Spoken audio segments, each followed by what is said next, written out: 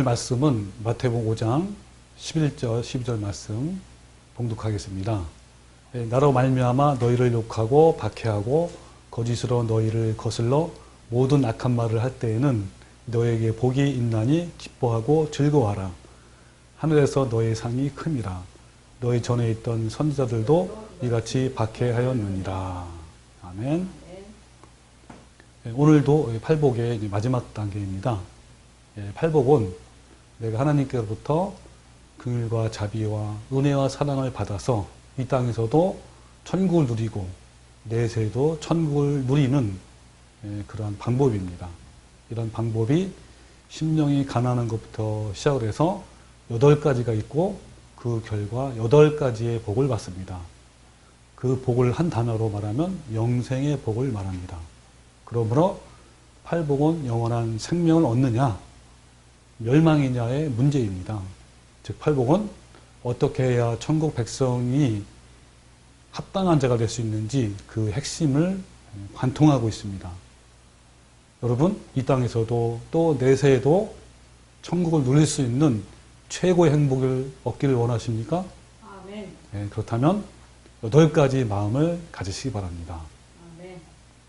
여러분 오늘 보는 말씀 마태복음 5장 11절 나로 말미암아, 여기 나로 말미암은 예수님으로 말미암아 너희를 욕하고 박해하고 거짓스러운 너희를 거슬러 모든 악한 말을 할 때는 너에게 복이 있다라고 말씀하고 있습니다. 예수님으로 말미암는 이 박해는 각 개인적으로 받는 어떤 산발적인 박해가 아니라 조직적이고 국가적인 형태로 정치 세력 또 종교 세력에게 박해를 받는 것을 말합니다. 여기서 욕하고 박해하고 거짓스러운 너희를 거슬러 모든 악한 말을 한다라는 말은 이것을 풀어서 해석을 하면 이런 거죠. 참 성도들이 재산을 탈취당하고 감옥에 가두고 참혹한 고문을 당하고 화형을 당하고 그리고 십자가에 못 박힘을 당하는 것 그리고 원형 경기장에서 짐승에 찢기는 것들 이런 것들이 바로 욕하고 박해하고 거짓으로 너희를 거슬러 모든 악한 말을 하는 이것들이 해당됩니다. 자, 이럴 때 즐거워하고 기뻐하라 그렇습니다. 충만하게 기뻐하고 즐거워하는 것을 말합니다. 여러분 왜 기뻐할 수 있을까요? 하늘에서 상이 크다라고 했습니다. 여기서 상은 차별적으로 주어지는 것이 아니라 영생이며 생명의 멸관입니다. 바로 이것이 우리의 살아있는 산 소망입니다. 이제 이런 큰 고난 후에 예수님께서 우리에게 칭찬과 영광과 존귀로 관을 씌워주실 것입니다. 그러기 때문에 우리는 기뻐하고 즐거워할 수 있는 거예요. 아멘. 각 시대마다 하나님께서는 성도들의 믿음을 단련시키기 위해서 이러한 박해를 허용하십니다. 이때 우리는 믿음의 선진들처럼 믿음으로 승리해서 삶 속에서 증명되어야 하는 거예요. 우리가 지난 설교에서 예수님 그 제자들 그리고 초대교회 성도들이 로마 황제에 의해서 약 200년간 어떻게 심한 박해를 받았는지 알아보았습니다. 오늘은 중세기 1000년 동안 참 성도들이 조직적이고 종교적이고 국가적으로 어떻게 박해를 받았는지 오늘 알아보려고 합니다. 왜냐하면 이 적그리스도가 이때부터 본격적으로 드러났기 때문에 중세기 때 적그리스도를 알면 그 정체를 알면 우리가 앞으로 일어날 적그리스도의 정체를 분명히 알 수가 있습니다. 그래서 중세기 적그리스도의 등장에 대한 지난주 설교를 했는데 간단히 한번 더 요약을 한번 해볼게요. 요한계시록 13장에 2마리 짐승과 짐승의 표의 환란 666에 대한 내용이 나옵니다. 이 두 짐승의 정체는 적그리스도인데 권력을 가진 정치 세력과 종교 세력의 연합체임이 분명합니다. 참고로 이 두 짐승의 정체에 대해서는 유튜브 영상에 올라와 있습니다. 그런데 이 적그리스도는 앞으로 미래에 짜잔하고 갑자기 등장하는 존재가 아니라 초대교회 때부터 이미 존재해 왔다고 성경에는 말씀하고 있어요. 사도 요한은 요한일서에 명백하게 지금도 많은 적그리스도가 일어났다라고 기록하고 있습니다. 이 말씀은 적그리스도는 단지 세상 마지막 때에 나타나는 것이 아니라 초대교회 때부터 이미 존재하고 있다는 것을 말씀하고 있는 거예요. 이 많은 적그리스도가 일어났다는 것은 이 적그리스도는 한 개인이 아니라 어떤 악마적인 한 개인이 아니라 큰 세력이고 단체이고 국가적인 형태를 가지고 있다는 겁니다. 사도 요한은 이 적그리스도를 저희가 우리에게서 나갔다라고 묘사합니다. 이 말은 적그리스도는 무신론자나 어떤 세속적인 인도주의자가 아니라는 것이죠.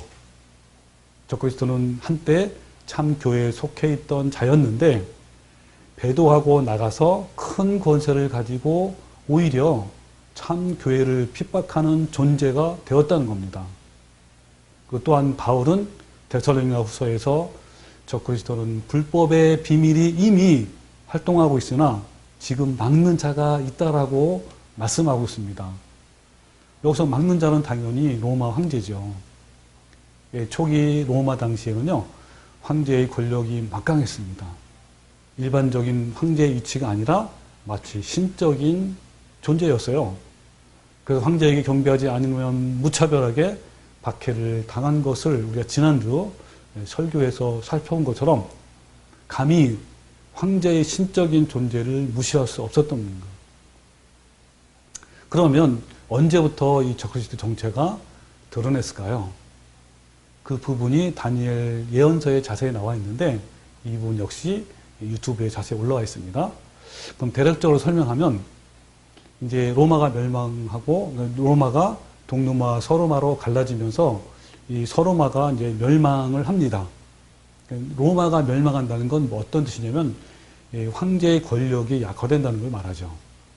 그래서 서로마가 멸망하고 신성 로마 제국이 일어나면서부터 538년 유스티니아누스 황제는 로마 교회 감독에게, 로마 교회 감독은 바로 가톨릭이죠. 로마 가톨릭인데 여기에 전 세계 교회의 머리라는 칙령을 선포합니다. 전 세계 교회의 머리가 뭡니까? 모든 종교의 우두머리라는 거죠. 그리고 로마 교회에게 막강한 권세를 줍니다. 이 막강한 권세는 종교적으로 또는 정치와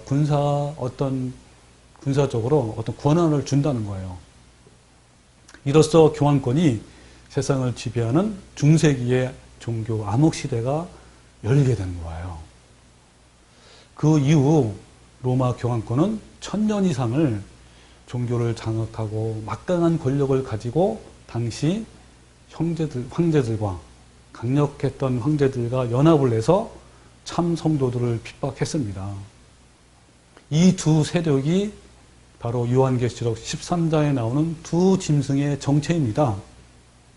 마찬가지로 마지막 때도 종교 세력인 가톨릭 교황권과 가장 권력이 강한 정치 세력과 연합을 해서 짐승의 표를 강요할 것이며 이 표를 받지 않냐는 자마다 매매를 못하게 하고 또 죽일 것입니다. 자, 그러면 요한계시록 13장에 기록된 두 짐승의 정체를 간단하게 한번 정리를 해볼게요. 자, 첫 번째 짐승은 분명히 요한계시록 13장에 보면 종교적이면서도 정치적인 세력임에 틀림없어요.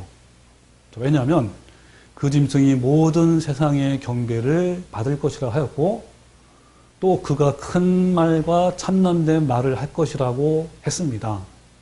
여기서 참남된 말은 뭡니까? 나는 하나님이다 라고 한 거죠. 성전에 앉아서 나는 하나님이다. 그러니까 이런 존재는 뭡니까? 바로 종교적인 표현이고요. 그래서 종교적인 세력인 거예요. 첫 번째 짐승이. 또한 이 첫 번째 짐승은 각 족속과 백성과 방언과 나라를 다스리는 권세, 즉 정치적인 세력도 받았습니다. 그러므로 이 첫 번째 짐승은 종교적인 세력이면서 동시에 정치적인 영향력도 펼치고 있음을 분명합니다. 바로 이 정체는 중세기부터 등장한 로마 교황권입니다. 이 로마 교황권은 종교에서도 우두머리였고 또 정치적으로도 황제와 맞먹을 정도로 아주 강력한 권세를 가졌어요. 이 두 번째 짐승은 한 번 더 알아볼게요. 이 두 번째 짐승은 모든 사람에게 오른손이나 이마에 표를 받게 하고 누구든지 이 표를 가진 자 외에는 매매를 못하게 한다고 했으므로 그것은 국가의 법을 만들 수 있는 절대적인 정치적인 세력임을 우리가 알 수가 있죠. 그러니까 이 매매를 못하게 한다는 것은 경제권을 말합니다. 그럼 이 경제권을 못하게 하는 그것을 하려면 법을 만들어야 돼요. 그런 법을 만들 수 있는 국가는 어떤 국가입니까? 굉장히 강한 어떤 그 국가이겠죠. 또한 두 번째 짐승은 첫 번째 짐승의 우상을 만들게 하고 이 첫 번째 짐승이 이제 로마 가톨릭입니까? 로마 교황권의 우상을 만들게 하고 그 우상에게 경배하지 않는 자는 죽이라는 법을 만들 것이라고 했기 때문에 우리는 두 번째 짐승은 종교적인 세력과 굉장히 관련이 있습니다. 즉, 첫 번째 짐승이 종교적인 세력 아닙니까? 로마 교황권인데 로마 교황권과 굉장히 깊은 관계를 갖고 있다는 그런 것을 말합니다. 즉, 그런 종교권과 관계를 맺는 정치적인 세력이라는 것을 알 수 있는 거죠. 그래서 요한계시록 13장 15절에 그 말씀이 자세히 나옵니다. 그가 권세를 받아, 그는 누굽니까? 두 번째 짐승이에요. 그 짐승의 우상에게, 그 짐승의 우상은 뭡니까? 첫 번째 짐승이에요. 첫 번째 짐승의 우상에게 생기를 주어 그 짐승의 우상으로 말하게 하고 또 짐승의 우상에게 경배하지 아니하는 자는 몇이든 다 죽이게 하더라. 이렇게 나옵니다. 그러니까 누구든지 이 표를 가진 자 외에는 매매를 못하게 한다는 것은 경제권을 말합니다. 그래서 두 번째 짐승이 온 세상의 경제권을 장악한다는 것을 말합니다. 이렇게 강력한 국가예요. 의식주를 해결을 위해서는 반드시 해야만 하는 경제 생활을 법적으로 금함으로 성도들에게 짐승의 표를 받도록 강요할 것입니다. 자, 그럼 결론이 뭡니까? 다시 두 번째 짐승의 결론. 두 번째 짐승은 한마디로 요약하면 어떤 정치적인 세력, 국가인데, 세력인데, 그 로마 교황권과 굉장히 깊은 관련이 있어요. 그러면 현재 어떤 세력이 있습니까? 바로, 현재 뭐 예를 들면 유엔이라든지 아니면 미국이다. 또 어떤 사람은 유럽연합국 EC 유럽이다. 그리고 어떤 사람은 세계 정부를 만드는 검은 세력, 그림자 정부, 신세계 질서라고 얘기도 하기도 합니다. 다 맞는 말이에요. 왜냐하면 1000년 동안 이 로마 교황권은요, 그때 당시에 가장 강력한 그 황제들과 연합을 했습니다. 때로는 갈등하고 대립도 하면서 이렇게 연합을 해서 전 세계를 다스린 것이죠. 전 유럽을 다스렸습니다. 때로는 독일에 일어난 그 황제와 연합을 하기도 하고, 때로는 스페인에 일어난 그 황제와 연합을 하기도 하고, 그때마다 가장 강력한 교황과 연합을 해서 이렇게 그 권한을, 그 권력을 누렸던 것입니다. 마찬가지로 마지막 때도요, 이 로마 교황권은 그때 당시에 가장 강력한 두 번째 짐승과 연합을 해요. 그럼 현재 가장 강력한 그 단체가 뭘까요? 세력이? 지금 말씀드린 제가 유엔이나 미국이나 아니면 미국 아니면 또 중국도 될 수 있죠. 앞으로는 이제 중국이 더 강력해진다고 하는데, 그래서 아니면 뭐 유럽연합국 EC, 그 다음에 아니면 정부, 세계 정부를 만드는 어떤 검은 세력, 그림자 정부, 이런 것도 다 해당이 됩니다. 자, 15절에 그가 권세를 받아 그 짐승의 우상에게 생기를 주어 그 짐승의 우상을 말하게 하고 또 짐승의 우상에게 경배하지 아니하는 자는 몇이든 다 죽이게 하더라. 여기서 그 짐승의 우상에게 경배하지 않는 자, 이것은 다른 말로 바꾸면 그 뒤에 나오죠. 짐승을 따르지 않고 짐승의 표를 받지 아니하는 자를 말합니다. 이런 자는 며칠은 다 죽이라고 명령하는 거예요. 즉 둘째 짐승인 이 정치 세력은 첫째 짐승인 로마 교황권에게 경배하지 않는 사람들, 즉 짐승의 표를 거절하는 사람들을 누구든지 다 죽이라고 하는 것입니다. 이것이 바로 마지막 때 올 세계적인 대환란이고 지금까지 없었던 가장 혹독한 박해가 될 것입니다. 이 두 짐승의 마지막 환란은 중세기 때 교황과 황제가 연합한 세력의 재현입니다. 똑같아요. 중세기 때 그러한 연합이나 마지막 때의 이 두 세력의 연합이 동일한 시스템입니다. 자, 그럼 먼저 그것을 알기 전에 중요한 키가 있습니다. 바로 손과 이마에 짐승의 표를 받는 것이 뭘까요? 이게 안 풀리면 모든 게 안 풀려요. 뭐 이 부분도 물론 유튜브에 올린 영상이 있지만 오늘 간단하게 한번 알아볼게요. 근데 현재 많은 사람들이 짐승의 표를 666이라고 하면서 베리칩 같은 도구라고 이렇게 말하고 있어요. 그 베리칩을 손에나 이마에 심는 것을 짐승의 표를 받는 것이라고 주장을 합니다. 그러나 짐승의 표는 많은 사람이 말하는 베리칩이나 또 어떤 기계 장치를 의미하지 않습니다. 왜 베리칩 같은 기계 장치는 짐승의 표가 아닐까요? 예, 첫 번째는요. 짐승의 표를 받는 자는 누구든지 둘째 사망 곧 불과 유황으로 타는 못에 영원한 멸망을 받는다고 성경에 기록되고 있습니다. 그러면 반대로 짐승의 표를 받지 아니하는 자는 영생을 얻는 거예요. 그때 당시 앞으로 마지막 때는요. 모든 사람은 짐승의 표와 하나님 표 둘 중에 하나는 반드시 받아야 될 것입니다. 조금 후가 되면 알 거예요. 이제 어쨌든 그런데 구원을 이뤄가는 삶을 살지 않는 교인, 즉 예수님의 거룩한 성품이 없는 교인은 성경에서 절대로 천국의 백성이 될 수가 있어 없어요? 없어요.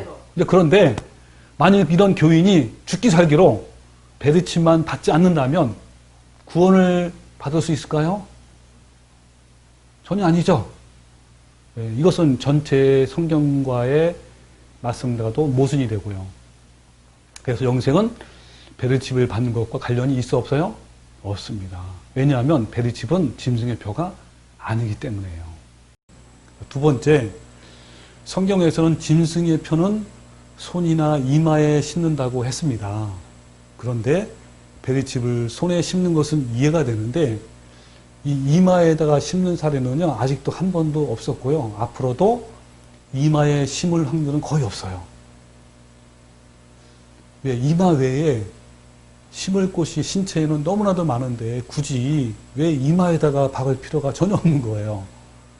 이것은 어떤 뜻을 의미합니까?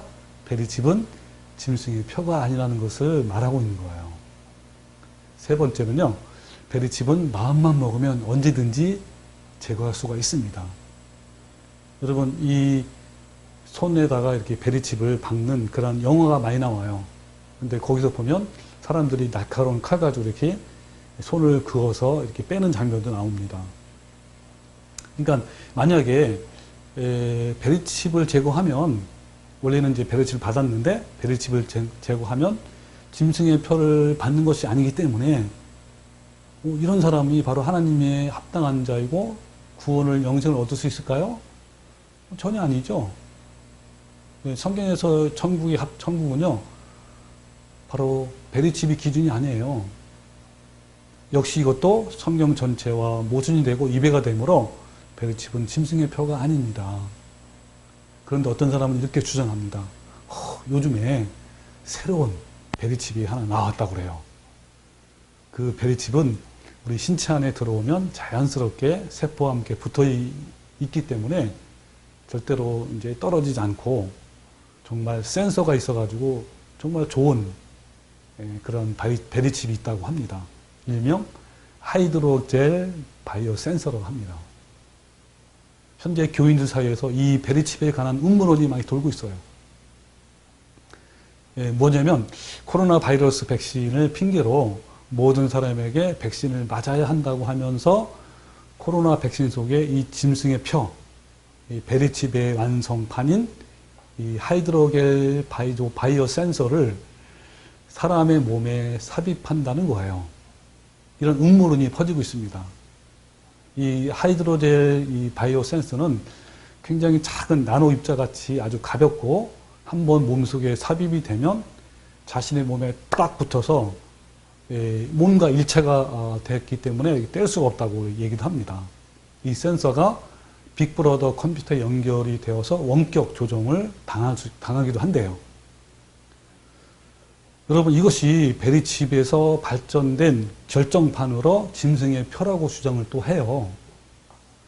그러나 이 부분에 대해서는 아직 어떤 근거도 없고 또 설령 존재한다고 하더라도요, 베리칩이 짐승의 표가 아닌 것처럼 이 새로 나온 이것도 절대로 짐승의 표가 아닌 거예요. 그 다음에 네 번째 가장 확실한 증거인데요. 여러분, 이 두 짐승과 그 짐승의 표는 중세기부터 이미 존재해왔다고 성경에는 분명히 얘기하고 있잖아요.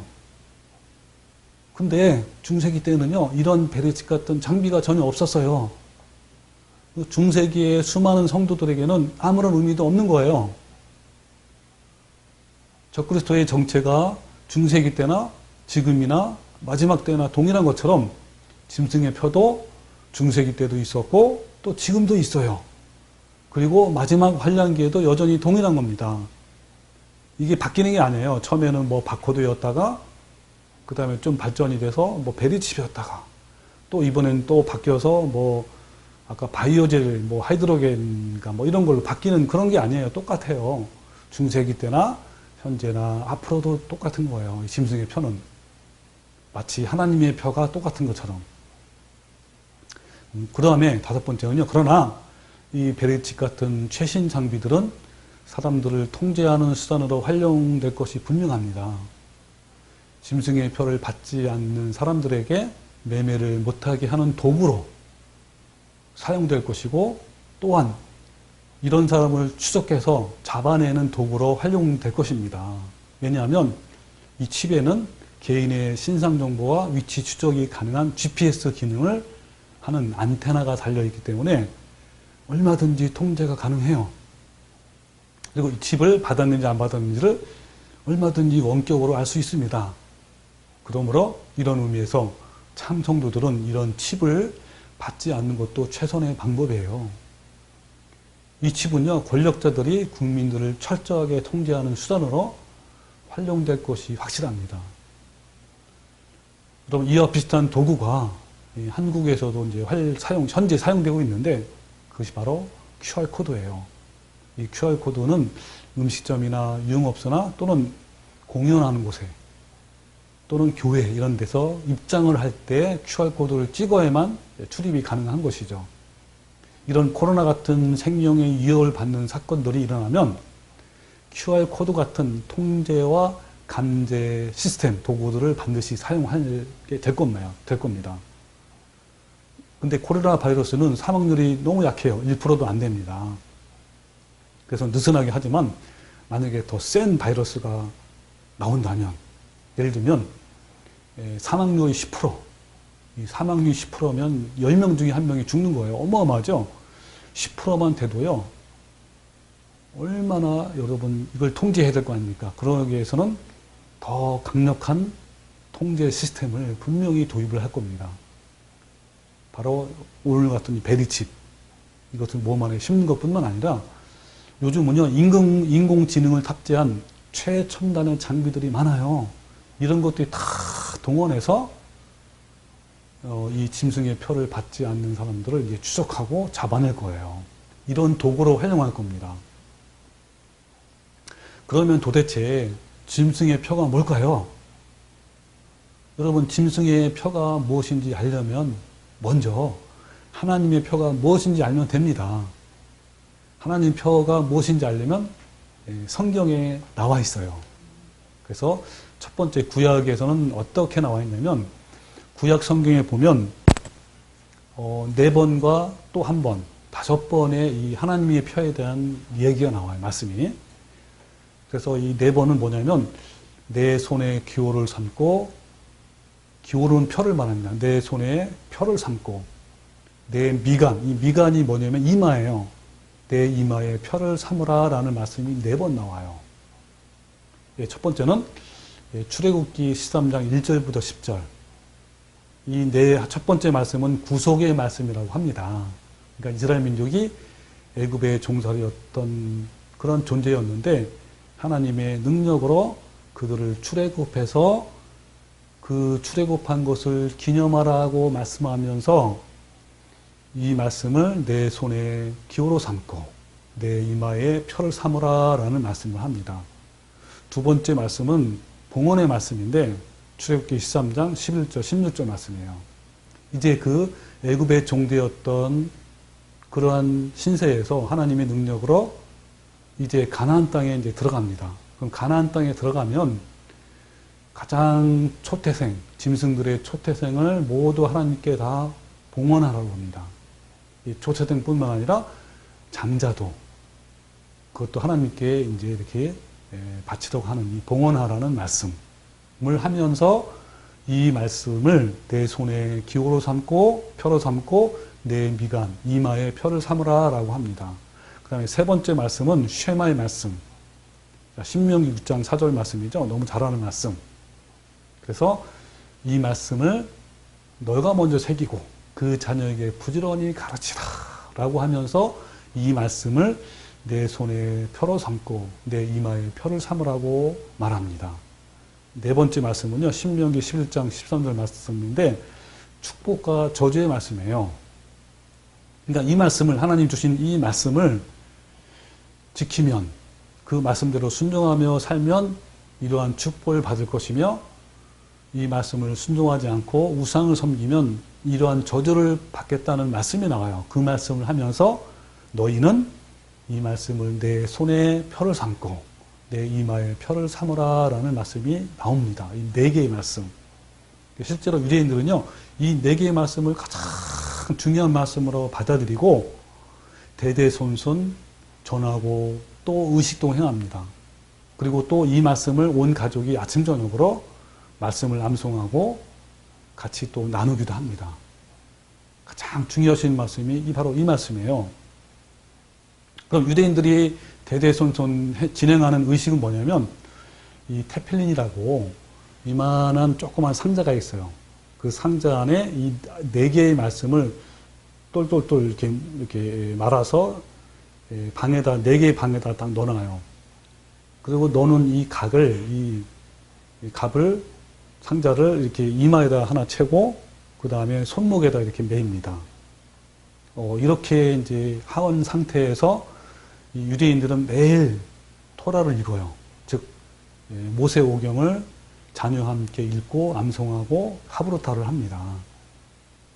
근데 여러분 이 손에 기호를 삼고 그 다음에 이마에다 표를 삼으라는 것은 그렇게 실제로 하라는 게 아니라 다른 의미가 있어요. 자, 먼저 그러면 이 4가지 말씀 중에 한 가지만 한번 볼게요. 이 쉐마 말씀으로 알려진 신명기 6장 4절 말씀. 이스라엘아 들으라 우리 하나님 여호와는 오직 유일한 여호와이시니 너는 마음을 다하고 뜻을 다하고 힘을 다하여 내 하나님 여호와를 사랑하라 그럽니다. 뭐냐면 들으라 이스라엘아 그럽니다. 쉐마 이스라엘 명령이에요. 아주 어마명령입니다. 하나님은 오직 한 분이시니 한 분이기 때문에 너는 반드시 이 말씀을 지켜라 들어라 하는 거예요. 뭡니까? 마음을 다하고 뜻을 다하고 힘을 다하여 내 하나님 여호와를 사랑하라. 그럼 사랑하라는 것이 구체적으로 뭡니까? 그 뒤에 나와 있어요. 뭐냐면 오늘 내가 내게 명하는 이 말씀을 너는 마음에 새기고 내 자녀에게 부지런히 가르쳐라. 여기 너가 누구냐면 부모예요. 부모가 먼저 마음에 말씀을 새기는 거예요.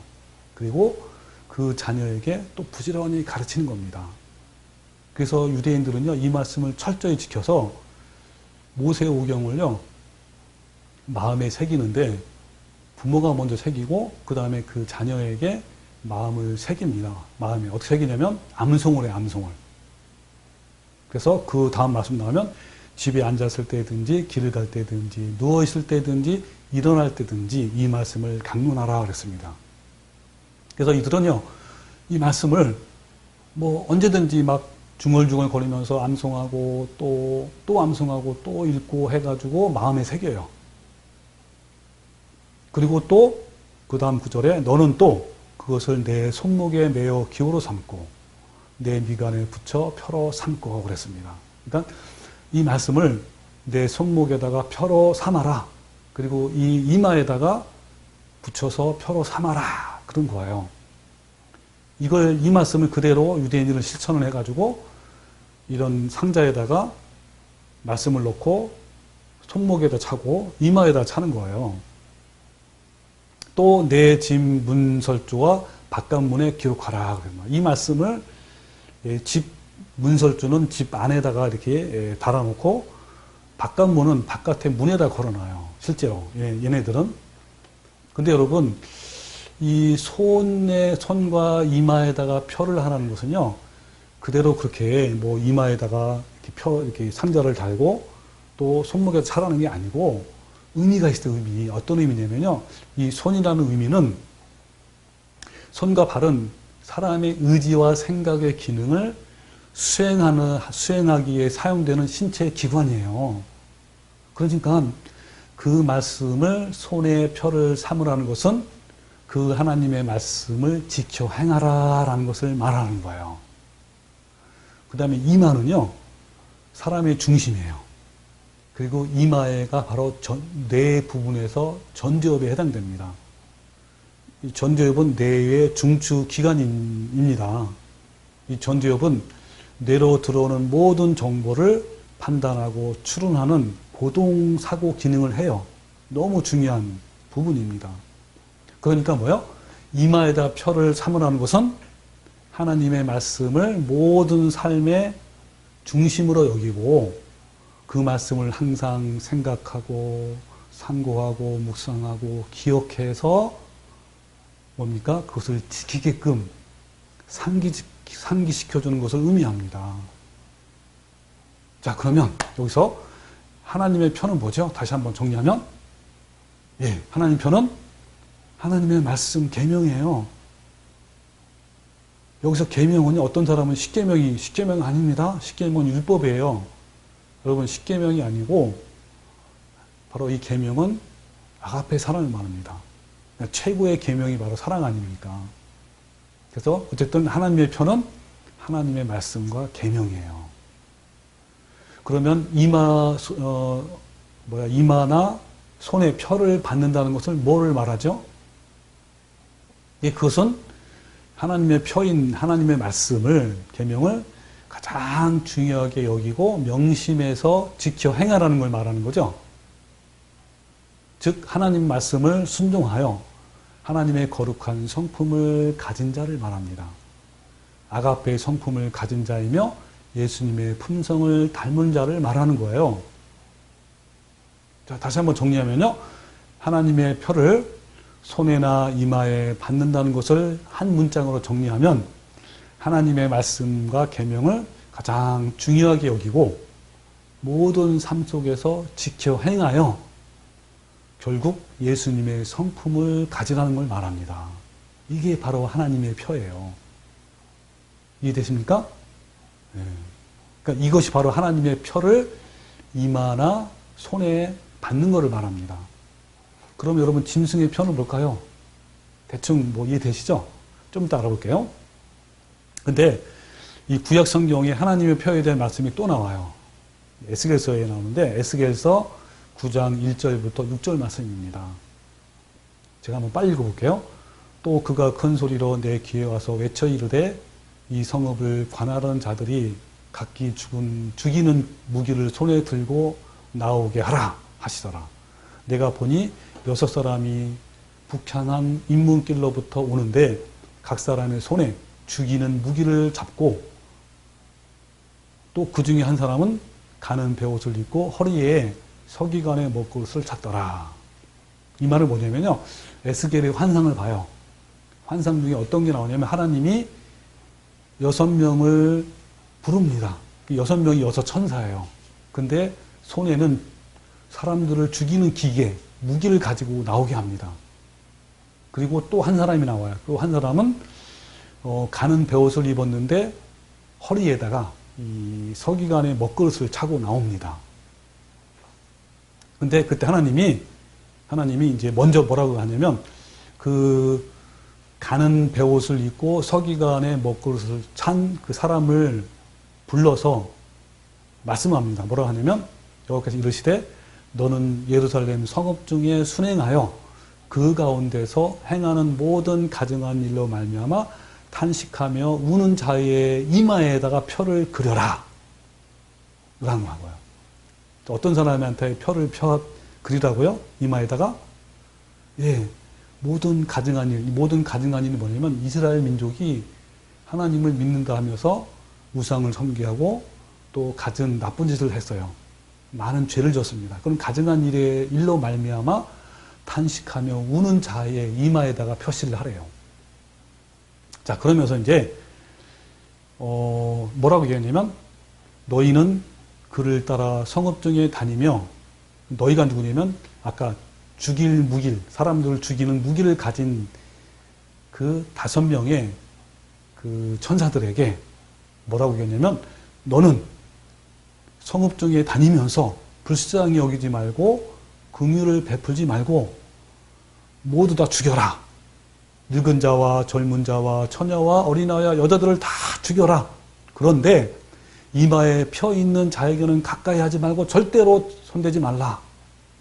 이마의 표가 하나님 표입니다. 이게 하나님 표예요. 그러면서 내 성소에서부터 심판을 하라라고 명령을 내립니다. 실제로 그렇게 이제 하는 장면이 환상이 나옵니다. 자, 이 에스겔이 본 이 살육하는 기계를 들고 나오는 6사람의 이 환상은요, 이스라엘 땅에 임할 끔찍하고도 처참한 대학살에 대한 예언이에요. 즉 우상 숭배의 죄악 때문에 파괴와 살육의 천사들은 그 성소로부터 대학살이 시작된다는 것을 말합니다. 이것은 역사에서 2번 일어났어요. 그리고 마지막 최후의 심판에도 있을 겁니다. 이것을 예언한 거예요. 그 6사람 가운데 가는 베옷을 입고 허리에 서기관의 목을 찬 사람은 예루살렘 순행하면서 그 가운데서 행하는 모든 가증한 일로 인하여서 탄식하며 우는 자의 이마에다가 표시를 하는 사명을 받습니다. 그럼 여기서 표는 하나님 표잖아요. 자, 어떤 사람에게 줍니까? 네, 모든 가증한 일로 말미암아 탄식하며 우는 자들. 여러분, 이스라엘 죄로 말미암아 탄식하며 우는 자들이 누구입니까? 예, 먼저요, 자신의 죄악을 깨닫고 가난한 심령으로 애통하는 자이고, 그리고 준마 같이 온유한 성품을 가진 자이고, 하나님의 의에 대해서 굶주림과 갈망이 있고요, 마음이 청결함과 화평이 있는 바로 선지자 예레미야 같은 자들입니다. 즉 뭐요? 팔복의 길을 걸어가는 자이고 하나님의 거룩한 성품을 온전히 이루어가는 자들입니다. 이들이 바로 하나님의 표를 이마에 받은 자들로서 혹독한 그 살육의 심판으로부터 보호를 받는다는 거예요. 역사에서 2번 일어났는데요. 한 번은 갈대아인으로부터 이제 바벨론 침략이죠. 침략을 받아서 이스라엘이 멸망을 받으면서 수많은 사람이 다 살육당해서요. 그리고 또 AD 70년에 예수님이 예언한 것처럼 예루살렘 성이 다 무너져서 돌 하나에 돌도 남지 않고 철저하게 멸망을 당한다. 그때도요, 수많은 유대인들이 죽었지만 하나님의 표를 받은 신실한 성도들은 보호를 받았습니다. 이것은요, 마지막 때도 짐승의 표를 받지 아니하는 참 성도들은 영원한 생명을 주시겠다는 하나의 예언이에요. 자, 이것이 여러분 요한계시록, 즉 신약에도 하나님의 표가 나옵니다. 이 신약에는요, 요한계시록이 나옵니다. 요한계시록 7장 3절에 뭐라고 하냐면 이르되 우리가 우리 하나님의 종들의 이마에 인치기까지 땅이나 바다나 나무들을 해하지 말라 하더라라는 말씀이 나와요. 이게 무슨 말이냐면 하나님의 종들, 즉 아까 말씀드린 하나님의 계명과 하나님의 말씀을 지키는 자들, 그래서 주님의 성품을 이루는 자들의 이제 그걸 갖다가 이제 하나님의 표, 인을 치는 거예요. 인은 다른 말로 표현하면 표야, 표. 그래서 이런 사람들에게 이마에다가 인을 쳐요. 표를 이제 치는데 그때까지 땅이나 바다나 나무를 해하지 말라는 건 뭐예요? 심판을 하지 말아라, 그런 뜻이에요. 자, 그런 사람이 이제 14만 4천 명인데 여러분 14만 4천에 대해서는 여러 가지 의견이 많아요. 그 부분에 대해서 내가 나중에 또 따로 말씀드릴게요. 그리고 요한계시록 9장에 보면요. 1장 4절 보면 1절 4절 보면 이런 말씀 나와요. 그들에게 이르시되 땅의 풀이나 푸른 것이나 각종 수목은 해하지 말고 오직 이마에 하나님의 인침을 받지 아니하는 사람들만 해하라 그랬습니다. 여기는 뭐냐면요. 다섯째 천사가 나팔을 불 때 일어나는 하나님의 심판이에요. 그래서요. 여러분 이때 모든 건 다 해하지 말고 뭐만 해하라 그랬죠. 이때는 오직 이마에 하나님의 인침을 받지 아니하는 사람들만 해하라 그랬습니다. 그러니까 하나님의 인침, 즉 하나님의 표를 받은 사람은 해하지 말라는 거죠. 보호하라는 거예요. 요한계시록 14장 1절에부터 그 하나님의 표를 받은 사람의 어떤 사람인가가 자세히 나와 있습니다. 자, 읽어볼게요. 요한계시록 14장 1절. 또 내가 보니 보라 어린 양이 시온산에 섰고 그와 함께 14만 4천이 서 있는데 그들의 이마에는 어린 양의 이름과 그 아버지의 이름을 쓴 것이 있더라. 바로 이마에다가 인을 치는 것, 표를 표시한 거는, 표를 받는 것은 뭐냐면 어린 양의 이름과 그 아버지의 이름을 쓴 거예요. 이것은 하나의 상징이죠. 어쨌든 그래서 이 사람들은 여자와 더불어 더럽히지 아니하고 순결한 자라 그랬습니다. 자, 하나님의 표를 받은 사람이 누구라고요? 네, 여자와 더불어 더럽히지 아니하고 순결한 자입니다. 또 어린 양이 어디로 인도하든지 따라가는 자라 그랬습니다. 그리고요, 사랑 가운데서 속량함을 받아 처음 익은 열매로 하나님과 어린 양에 속한 자들이니 그 입에 거짓말이 없고 흠이 없는 자들이라 그랬습니다. 여러분, 이걸 한마디로 표현하면 뭐예요? 이게 바로 아가페 사랑의 열매를 가진 자, 예수님의 성품, 그 하나님의 거룩한 품성이 있는 자를 말합니다. 그래서 12절에 보면 이런 말씀 나오죠. 성도들의 인내가 여기 있나니 그들은 하나님의 계명과 예수에 대한 믿음을 지키는 자라 그랬습니다. 그러니까 뭐요? 하나님의 표를 받는 것, 이마나 또는 손에 받는 것은 어떤 걸 의미합니까?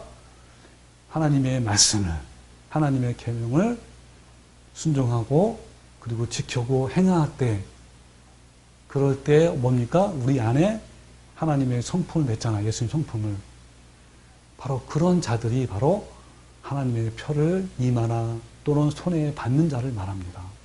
여러분, 이것은요, 신약 성경에도 바로 하나님의 표는 하나님의 말씀을 지키는 자입니다. 그리고 예수님의 성품을 닮은 자입니다. 이건 신구약에서 똑같이 분명하게 말씀하고 있는 거예요. 따라서 짐승의 표는 뭡니까? 반대니까요. 적그리스도의 말씀, 이 적그리스도는 로마 교환권이죠. 가톨릭을 말합니다. 로마 교환권의 말씀과 계명, 교리, 신조 이런 것들을 말합니다. 그러면 짐승의 표를 이마에 손에 받는다는 것은 뭘 말하죠?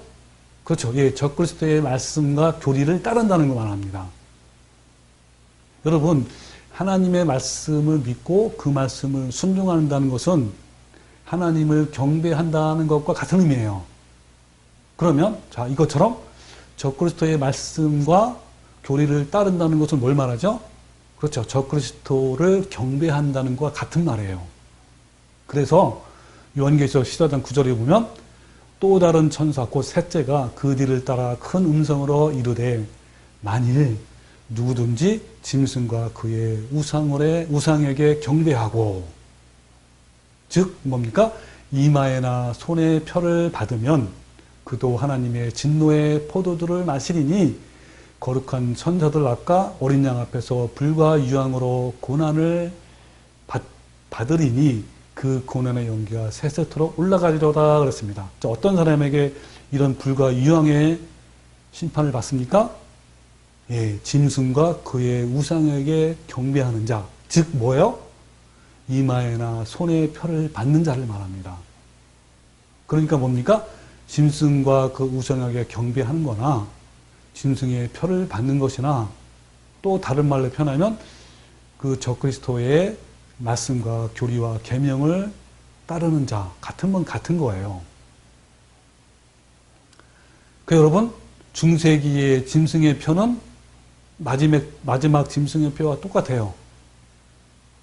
적그리스도의 교리를 말합니다. 즉 로마 교황권의 계명과 그 말씀을 말합니다. 중세기에도 적그리스도는 왜 참 성도들을 5천만 명에서 1억 명까지 무차별하게 고문을 했고 죽였습니까? 예, 그것은요 바로 짐승의 표를 받지 않았기 때문에 그런 거예요. 즉 그들의 교리를 반대하고 따르지 않았기 때문에 그런 겁니다. 여러분, 로마 교황권은요 중세기에 자신들의 부와 권력을 유지하는 데 있어서 자신들을 반대하고 따르지 않는 자들을 아주 매우 크게 박해를 했는데요. 왜 박해를 했냐면 그 사람들은 큰 위협이 됐기 때문이에요. 뭐 어떤 위협이에요? 예, 자기의 권력을 유지하는데 위협을 받았기 때문에 그렇게 한 거예요. 그래서 그들은 자기들의 부와 권력과 그 영광을 유지하기 위해서 자기를 반대하고 따르지 않는 자들을 그렇게 무참하게 박해를 했던 겁니다. 여러 세력이 있었지만 그 중에 참 성도들이 가장 확실하게 했어요. 왜냐하면 교황권의 교리를 따른다는 것은, 즉 짐승의 표를 받는다는 것은 하나님을 배도하고 배반하는 것이기 때문에 참 성도들은 죽음을 각오하고 저항을 했던 거예요. 그래서 그들의 그 적그리스도의 중요한 표적이 되었고 참 성도들 박해하기 위해서 끝까지 추적한 겁니다.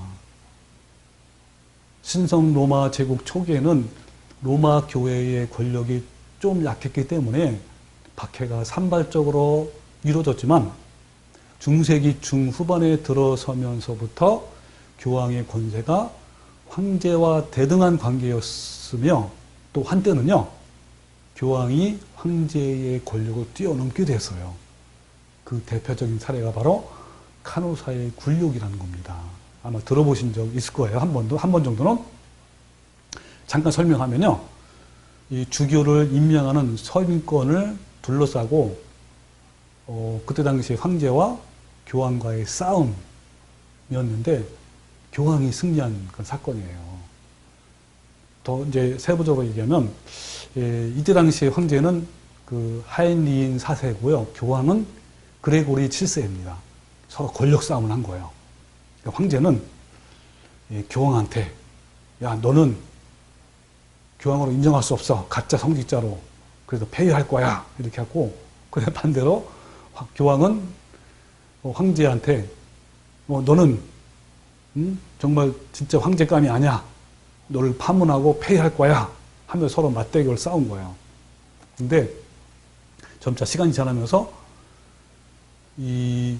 뭡니까? 황제는요, 점점점 이렇게 붕괴된 거야, 세력들이. 황제파가.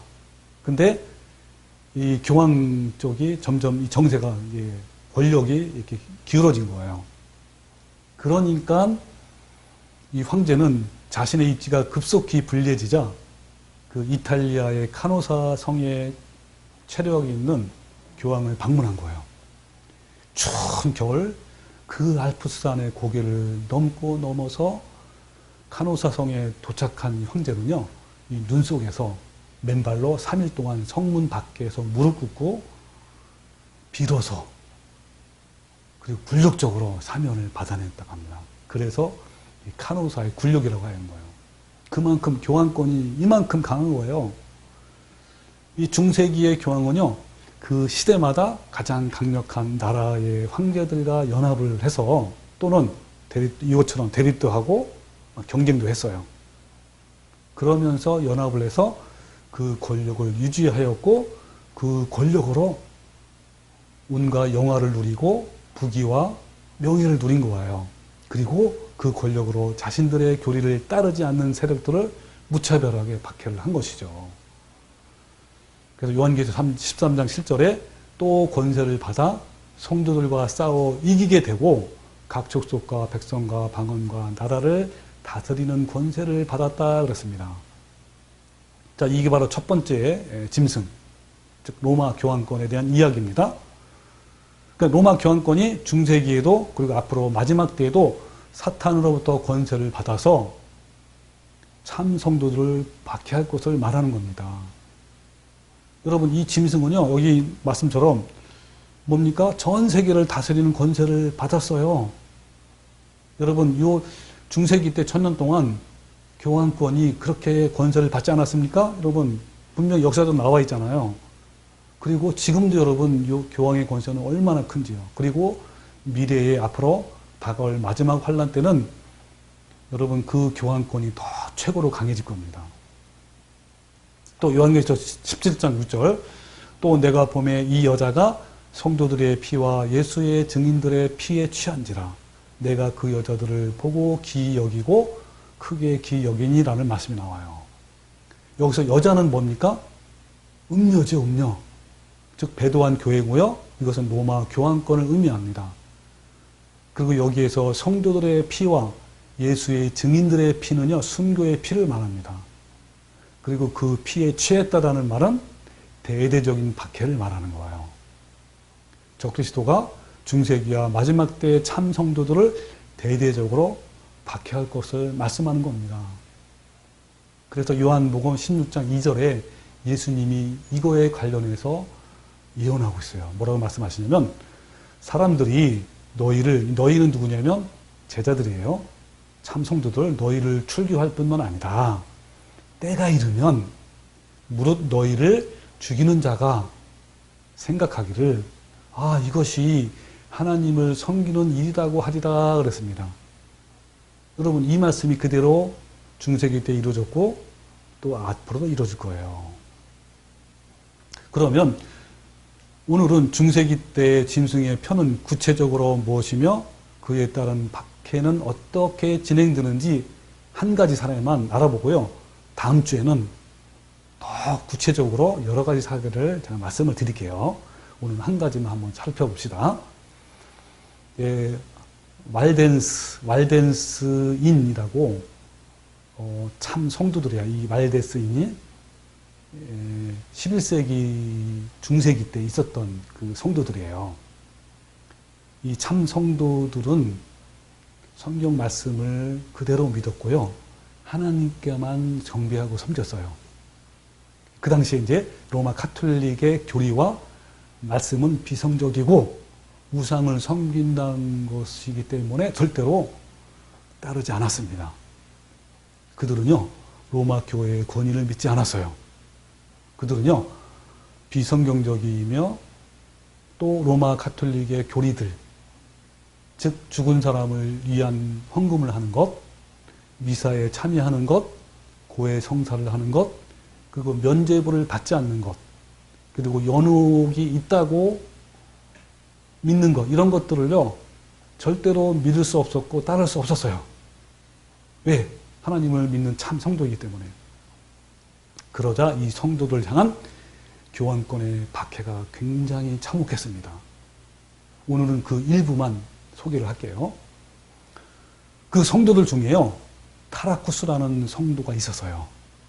그 성도가 이제 붙잡혀가지고 종교 재판에 회부되었습니다. 그때 이 가톨릭 사제들이 그에게 뭐라고 질문하냐면, 너의 신분이 뭐냐라고 이제 질문한 거예요. 그때 이 성도는요, 나는 그리스도인입니다 라고 당당하게 얘기를 했어요. 재판관들이 화가 나가지고 또다시 물어본 거예요. 또다시 역시 똑같은 대답을 한 겁니다. 그때 이 가톨릭 사제는 너네가 미사를 드리면 생명뿐만 아니라 황금도 주고 직업도 주겠다라고 회유를 하면서 이렇게 말한 거예요. 그 성도는요, 뭐라고 했냐면, 그리스도인이라는 이 명예로운 명칭보다 더 큰 것을 바라지 않습니다. 라고 당당하게 말했어요. 이 말을 하자 이 성도를 거꾸로 매달아서 소금과 식초를 섞은 것을 코에다 쏟아넣는 고문을 했습니다. 이렇게 3번씩이나 계속 회유도 하고 또 혹독한 고문을 했어요. 그런 다음에 이제 마지막으로 투옥된 또 성도들과 함께 원형 경기장으로 끌고 가서 맹수들을 풀어놓았습니다. 근데 희한하게도요, 이 굶주렸던 동물들 중에 한 마리도 그들을 해치지 않았다고 합니다. 곰도 사자도 이 성도들을 건드리지 않았어요. 그러니까 이 박해자들은 그 성도들을 그냥 칼로 죽인 거야, 무참하게. 여러분, 이 성도들은요, 그 참혹한 박해를 당하면서까지도 짐승의 표를 절대로 받지 않은 거예요. 즉, 이 성도들은요, 로마 교황권의 말씀, 교리, 계명들을 부인하고 순종하지 않았던 겁니다.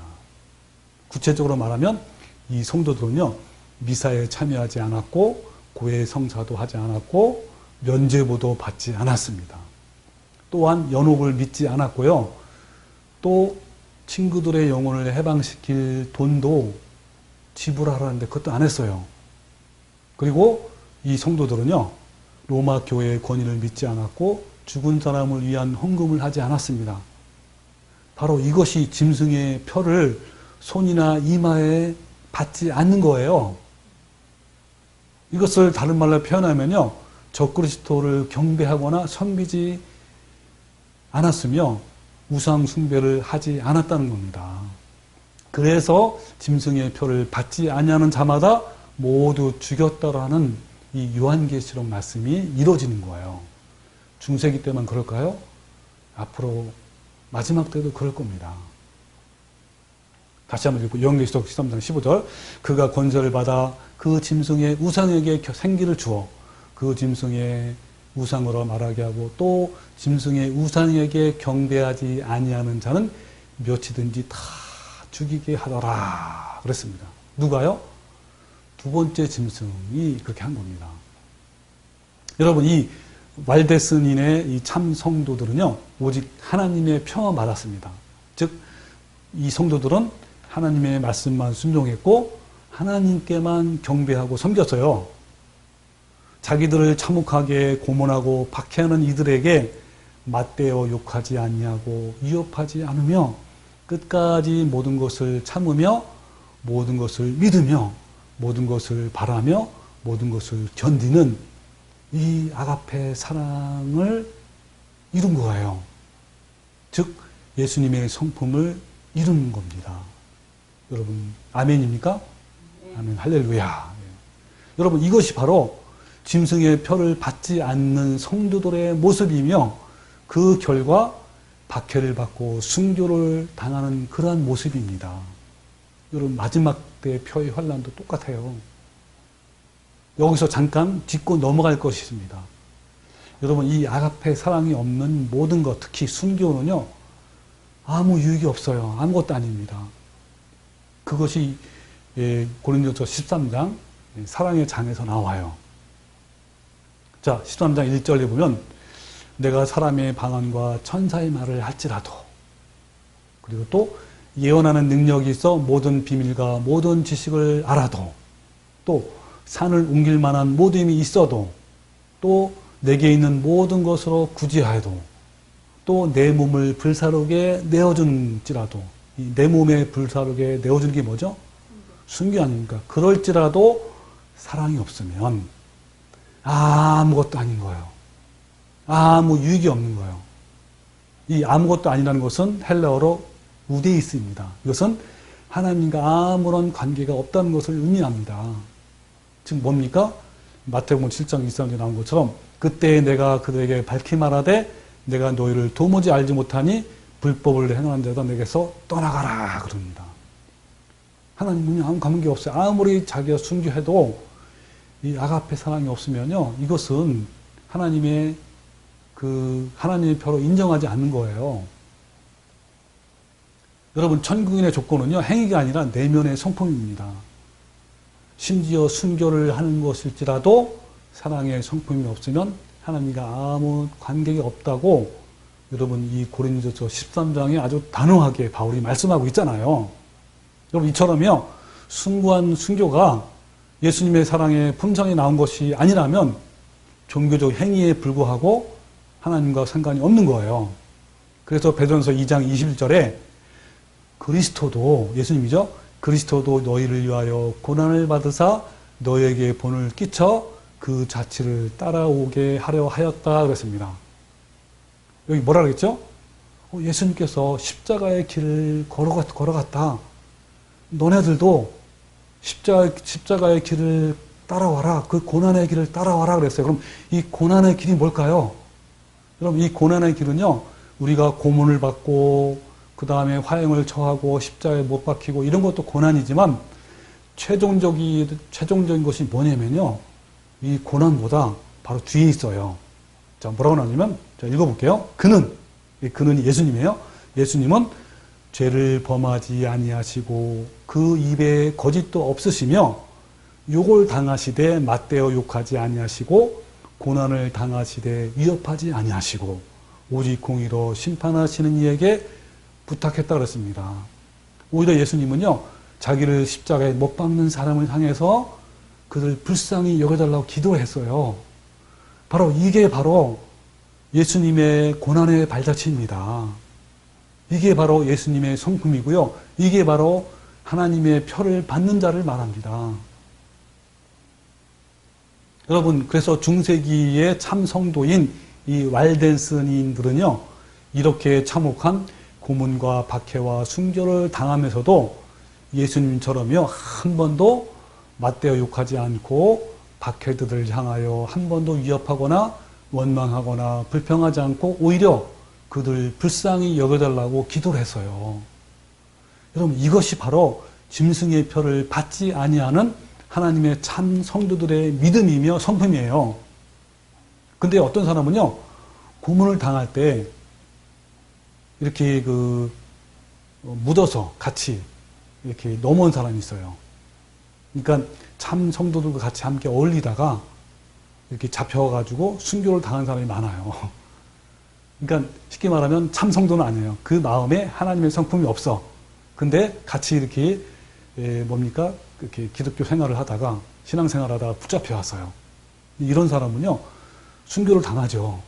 근데 순교를 당하면서도요, 이런 사람들은 어떤 태도를 말하냐면 그 박해자들 향해서 막 고함도 지르고요, 그들을 향해서 막 욕하기도 하고 막 저주도 해요. 여러분, 이것은요, 그가 아무리 순교해도요, 아무리 고문받고 아무리요 비참하게 이렇게 순교를 당할지라도요, 하나님과 아무런 상관이 없는 거예요. 여러분, 하나님의 진정한 하나님의 편은요, 결국은 마침내 하나님의 거룩한 성품, 예수님의 아가페 사랑의 성품으로 변해가는 것을 말합니다. 이런 걸 가진 자를 말해요. 여러분, 오늘은요, 하나의 사례만 말했지만 다음 주에는 자세하게 알아볼게요. 이런 부분에 대해서 중세기 때 어떤 일이 일어났는지. 여러분, 앞으로 몇 번이 될지 모르지만 이 부분에 대해서 자세하게 알아볼 겁니다. 즉 뭐냐면 중세기의 짐승의 표가 무엇인지, 그 표를 받지 않냐는 참 성도들의 박해가 어떠했는지, 그리고 마지막 짐승의 표의 환란은 어떻게 진행되고 있는지, 지금 현재 그 결말은 어떤지에 대해서 계속 앞으로 알아볼 겁니다.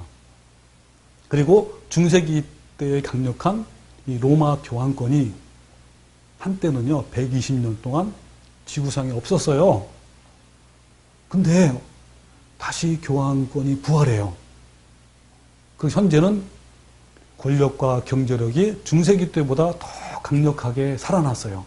이런 과정도 알아볼 겁니다. 여러분, 그래서 앞으로 계속 꼭 꼭 들어보시고요. 마지막으로 마태복음 10장 22절 또 너희가 내 이름을 인하여 모든 사람에게 미움을 받을 것이나 끝까지 나중까지 견디는 자는 구원을 얻으리라 했습니다. 어떤 사람이 구원을 얻는 자고요? 그렇죠. 끝까지 나중까지 견디는 자가 구원을 받는 겁니다.